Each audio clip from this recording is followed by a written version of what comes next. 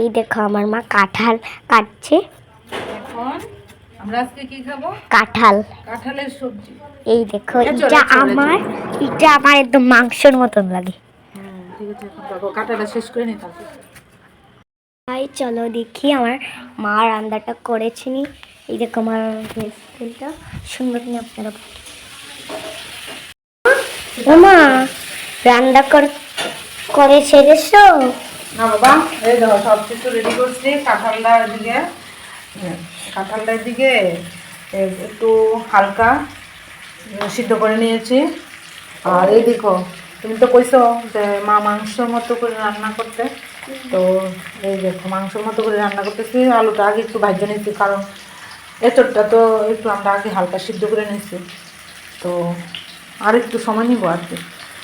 বন্ধুরা দেখি এখন মা রান্না করেছে নি। মা রান্না হলো। এই তো বাবা, ওই দেখো রান্না হয়ে গেছে। মাংসের গন্ধ হচ্ছে দি। পুরা মাংসের গন্ধ। হ্যাঁ। আরে তাহলে তোমার তো খুব ইচ্ছে হয়েছিল এঁচড় খাইবা, মানে আমরা কই কিতা কাঁঠাল। কাঁঠাল না, কাঁঠালের সবজি কই আমরা। কাঁঠালের সবজি করি তবে প্রায় সমগ্র গ্রামে কেউ এঁচড় বলে।